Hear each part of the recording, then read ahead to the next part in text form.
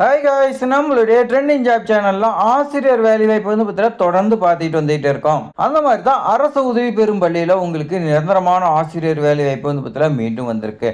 தற்போது பார்த்தீங்கன்னா நிறைய அரசு உதவி பெறும் பள்ளியாக இருக்கட்டும், தனியார் பள்ளியாக இருக்கட்டும், இந்த 2026 பார்த்தீங்கன்னா நிறைய ஸ்கூலில் வேலைவாய்ப்பு வந்துட்டு இருக்கு. தை பிறந்தால் வழி பிறக்குங்கிற மாதிரி நமக்கு பார்த்தீங்கன்னா இதில் ஒன்று பார்த்தீங்கன்னா நாம் ஆசிரியர் வேலை வாங்கிடலாம்.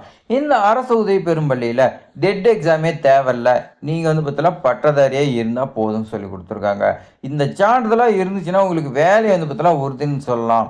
அதெல்லாம் என்ன சர்டிஃபிகேட்டுங்கிறது இந்த வீடியோவில் நான் சொல்லியிருப்பேன். அதே மாதிரி உங்களுக்கு சம்பளம் பார்த்தீங்கன்னா அரசு விதிகள் படி தான் பார்த்தீங்கன்னா கொடுக்குறாங்க. உங்களை வேலைக்கு எடுக்கிறது எல்லாமே பார்த்தீங்கன்னா மாவட்ட முதன்மை கல்வி அலுவலர் அவங்களுடைய உத்தரவு பேரில் தான் பார்த்தீங்கன்னா நோட்டிஃபிகேஷன்லாம் வெளியிட்டு எம்ப்ளாய்மெண்ட் ஆஃபீஸுக்கெலாம் நோட்டிஃபிகேஷன் விட்டு தான் உங்களை எடுக்கிறாங்க. ஸோ நீங்கள் எதுக்கும் பயப்பட தேவையில்ல. நீங்கள் பார்த்தீங்கன்னா நேர்காணல் அட்டெண்ட் பண்ணுங்கள், உங்களுக்கு கண்டிப்பாக கிடைக்கும். இப்போ வாங்க நம்ம பற்றிலாம் விரிவாக பார்க்கலாம். இது மாதிரி ஆசிரியர் வேலைவாய்ப்பு தகவல் தெரிஞ்சுக்கிறதுக்கு நம்மளுடைய ட்ரெண்டிங் ஜாப் சேனலை சப்ஸ்கிரைப் பண்ணிக்க. இப்போ வாங்க பார்க்கலாம். அரசு உதவி பெறும் பள்ளியில் பட்டதாரி ஆசிரியர் 2026க்கு தேவைன்னு சொல்லி கொடுத்துருக்காங்க. இந்த பட்டதாரியிலே பார்த்தீங்கன்னா இளங்கலை ப்ளஸ் பார்த்தீங்கன்னா முதுகலைன்னு ரெண்டாக பிரிக்கலாம். அதில் இளங்கலை பார்த்தீங்கன்னா நீங்கள் படிச்சிருந்தா இந்த ஜாபுக்கு நாட் எலிஜிபிள், முதுகலை படிச்சிருந்தீங்களா உங்களுக்கு பார்த்தீங்கன்னா எலிஜிபிள்னு சொல்லி கொடுத்துருக்காங்க.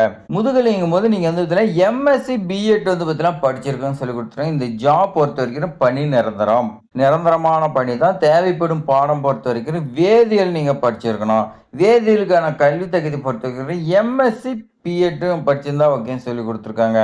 இந்த எம்எஸ்சிங்கும் போது நீங்கள் பார்த்தீங்கன்னா பிஎஸ்சி படிச்சுட்டு அடுத்து எம்எஸ்சியோ இல்லை பிஎட் இதெல்லாம் பார்த்தீங்கன்னா முடிச்சிருக்கேன்னு சொல்லி கொடுத்துருக்காங்க. இனச்சுழற்சி பொறுத்த வரைக்கும் பொது பிரிவினர் ஆண் பெண் யார் வேணாலும் விண்ணப்பிக்கலாம்னு சொல்லி கொடுத்துருக்காங்க நண்பா. அடுத்து சம்பளம் பொறுத்த வரைக்கும் பாருங்க நண்பா, உங்களுக்கு அரசு விதிகள் படி 36,900 1,14,000 சம்திங் பார்த்தீங்கன்னா உங்களுக்கு கொடுப்பாங்க. அடுத்து தேவைப்படும் பாடம் பொறுத்த வரைக்கும் வரலாறு பாடம் பார்த்தீங்கன்னா தேவைன்னு சொல்லி கொடுத்துருக்காங்க. இதுக்கான கல்வி தகுதி பொறுத்த வரைக்கும் எம்ஏ பிஎட் பார்த்தீங்கன்னா கேட்டிருக்காங்க. அப்போ நீங்கள் பார்த்தீங்கன்னா பிஏ படிக்கணும், எம்ஏ ப்ளஸ் பிஎட் நீங்கள் பார்த்தீங்கன்னா படிக்கணும்னு சொல்லி கொடுத்துருக்காங்க. இனச்சுழற்சி, இந்த இனச்சுழற்சி பொறுத்த வரைக்கும் பொது பிரிவினர் ஆண் பெண் யார் வேணாலும் விண்ணப்பிக்கலாம்.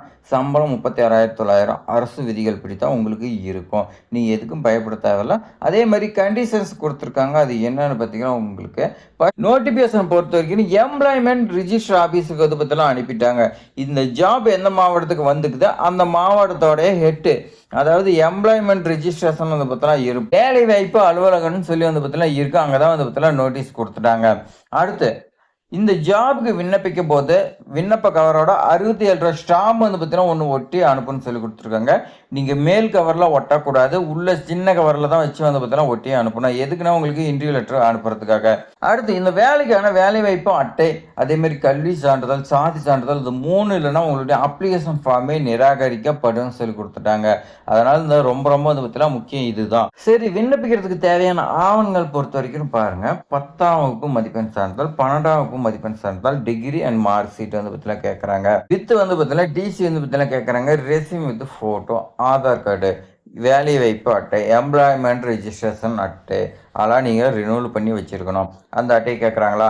எனி எக்ஸ்பீரியன்ஸ் சர்டிஃபிகேட் இருந்தால் வைங்க, இல்லைனா விட்டுருங்க. ஏன்னா இதில் எதுவும் மென்ஷன் பண்ண கிடையாது. சாதி சான்றிதழ் கம்பல்சரி. இதர சான்றிதழ் பொறுத்த வரைக்கும் ஏதாவது ஸ்போர்ட்ஸு, வேறு கம்ப்யூட்டர் கோர்ஸ் இந்த மாதிரி படிச்சிருந்தீங்களா வைக்கலாம்னு சொல்லி கொடுத்துருக்காங்க.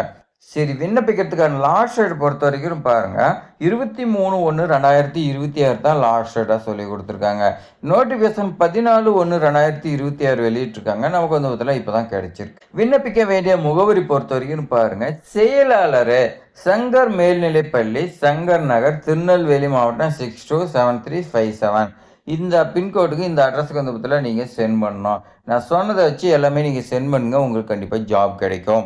நம்மளுடைய ட்ரெண்டிங் ஜாப் சேனலில் டெய்லி பார்த்தீங்கன்னா ஒரு ஆசிரியர் வேலை வாய்ப்பு தொடர்பாக பார்த்தீங்கன்னா தகவல் கொடுத்துட்டு வந்துட்டு இருக்கிறோம். இது மாதிரி பயனுள்ள தகவலாம் தெரிஞ்சுக்கிறதுக்கு நீங்கள் ஒரே ஒரு லைக் பண்ணிங்க, சப்ஸ்கிரைப் பண்ணிங்க, உங்கள் ஃப்ரெண்ட்ஸுக்கு ஷேர் பண்ணுங்கள். தேங்க்ஸ் ஃபார் வாட்சிங்.